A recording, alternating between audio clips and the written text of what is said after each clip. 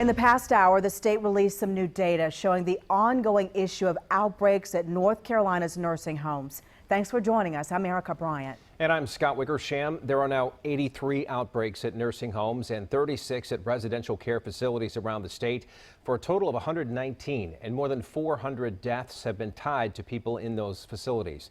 Mecklenburg County leads the state with 18 outbreaks, and that now includes Royal Park of Matthews. They announced today that 37 residents and 7 staff members have tested positive, with more test results still pending. Have they done enough to keep you safe? No, not at all. Channel 9's Mark Becker is live tonight. And Mark, a worker there is saying the facility did not do enough to protect everyone, in her opinion. Yeah, and I actually spoke with a couple of workers here who said exactly that, Scott. The management here at Royal Park, though, says they have done everything they can to try and keep the virus out. 10 days ago, they didn't have any cases. Now they have a major outbreak, and no one perhaps feels it more than the residents and their families. He's very weak.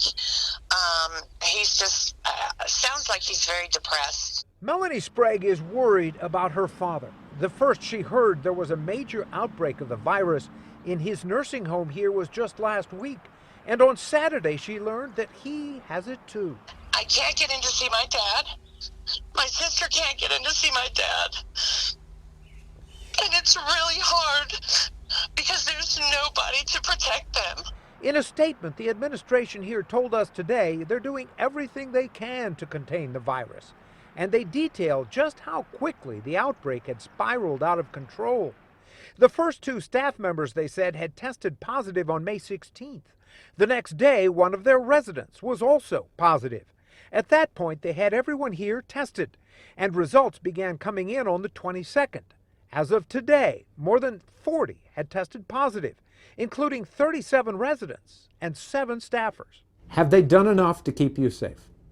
No, not at all. This employee, who didn't want to be identified, told us she and others who actually care for the residents here are getting about $1 an hour extra in pay. But it's not enough for the risks they're taking. It's going to take all of us to fight this. And in order for us to win and come out of it. Now, management here again says they've done pretty much everything they know to do. They've actually checked employees as they come to work for their temperature. They've also given them goggles, masks, gloves, all of the PPE they would need to stay safe. And still, somehow, Erica, that virus is spreading here, and we may see more cases reported very soon. Erica? Yeah, Mark, and it's heartbreaking for families that can't connect with their loved ones or see them during this time. And you heard that in their voices. Thank you, Mark.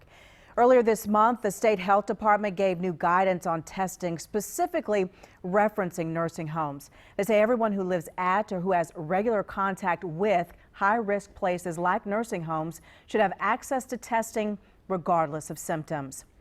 Now, new data from Mecklenburg County shows the pandemic is trending in the wrong direction right now. The percentage of positive cases has slightly increased. The 7-day average now at 7.4% compared to 7% on May the 10th. Hospitalizations also increased. The 7-day average is 70 people compared to 54 on May 10th. More than 3,300 people in Mecklenburg County have tested positive.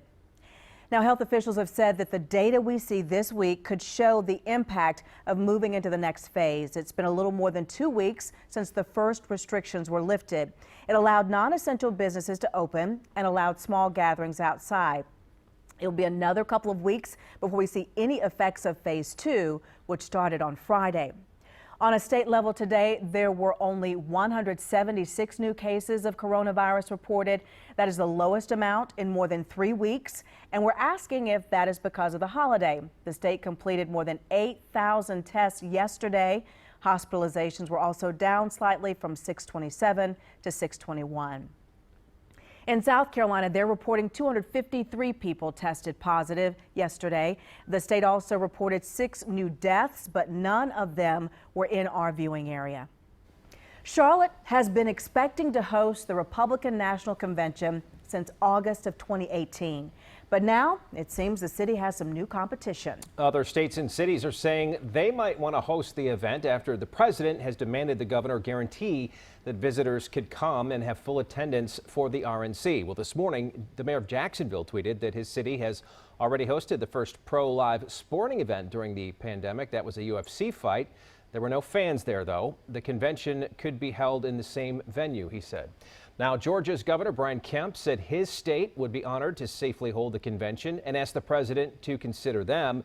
Atlanta's mayor has said its reopening plan is data-driven and does not contemplate hosting a large gathering in the month of August. They could be considering a city outside of Atlanta, though. Well, Governor Cooper today has said that he wants the convention in Charlotte, but he will not do anything to risk public health. And he will not, at this point, guarantee the convention can be open to all the delegates and all the media, to everyone who would normally be there. Channel 9's Blaine Tollison has been following this story, learning more today. And Blaine, what exactly is the governor saying, and how is he communicating with the RNC? The governor said that the virus will still be with us in August, and he says that they have asked the RNC committee for a written plan of how they will have the convention here in Charlotte with health and safety related to COVID-19 in mind. They've been communicating much of that through DHHS. And during today's briefing on the coronavirus, the latest numbers and stressing continued precautions during phase 2, the governor was asked about the RNC and his reaction to the president's tweets. And as many have seen on Memorial Day, early Monday morning, the president sent out a series of tweets threatening to have the convention pulled from Charlotte if it was basically not held at full capacity. Now, the governor did not say much directly to the president's tweets, only saying that he's not surprised by anything that he sees on Twitter and that the response to a pandemic should not be a political issue. And he is standing firm publicly on the issue of health and safety. The governor says the state has already again asked the RNC committee for various options to have the convention from a very limited convention on up. And we look forward to the back and forth on that. We'd like to reach a resolution that everybody can be reasonable about, that puts public health, safety, the science, and the facts as the number one thing we're trying to do here. And this has been communicated from the governor himself and DHHS, the secretary, Dr. Mandy Cohen. I do want to highlight my colleague Joe Bruno is in the city council meeting here in Charlotte right now, and he tells me there is a heated debate about the RNC going on there as we speak. I've reached out to more than a dozen groups and some hotels in the area related to the RNC. Many not saying much at this point, waiting to see what happens, but they are focused on phase 2, just opening in general in this current environment. I'll have more on that coming up at 6. Yeah, so many what ifs and so many question marks about what situation will be like in August in Charlotte. Blaine, thanks. And as you mentioned, Joe, inside the city council meeting that's happening right now. And again, they are talking about the convention. We are monitoring that meeting, and if anything major comes out of there, Joe will let us know. Next week, North Carolina courts will start taking more cases again. The Mecklenburg County District Attorney's Office says administrative hearings will resume on Monday, June 1st. Those include plea agreements and bond hearings. Jury trials will still be on hold during June and July. There will be a limit on the number of people allowed inside a courtroom, and if you had a court date postponed because of the pandemic, you can check the state court system's website to find the new date. More than 500 people tested positive at this Tyson chicken plant.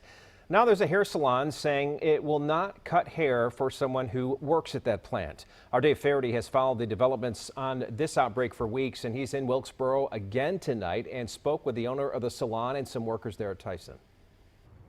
Well, some of those Tyson employees very upset when they found out about the sign placed right outside the business here in Wilkesboro. But some of the customers we spoke with say they understand the owner's decision here. You can see the sign outside the Smart Cuts in Wilkesboro, about 2 miles from the Tyson chicken plant. It says, given the close contact experienced during our services, we will be unable to serve Tyson employees until approximately June 8th. But David Gentry, who has worked at Tyson for years, doesn't agree with the ban. If I was knock on the door, shoot him a bird, and cuss him out, be honest about me. Outside Smart Cuts, some customers support the business's decision to keep Tyson workers out for now. The plant has tested all 2,200 workers. The company says 570 of them have tested positive for COVID-19. I think it's a good thing because so many people at Tyson has had that virus. Because if they come in with the disease, that's bringing it into their business. But other businesses are welcoming Tyson workers as they fully reopen while also practicing social distancing. We've let them come in and get them. We still, if they have a Tyson shirt on, we're not going to turn them away. But the owner of Smart Cut says he's not only trying to protect his employees, but his customers and the community. If it's unethical in some way that's still legal but unethical, we'll stop it. It's just an attempt to control the spread of COVID-19 in the Wilkesboro community and among our employee group. And the Smart Cut's very busy here in Wilkesboro today. The owner tells me that he plans on giving those Tyson employees a $3 discount when services resume. Back to you.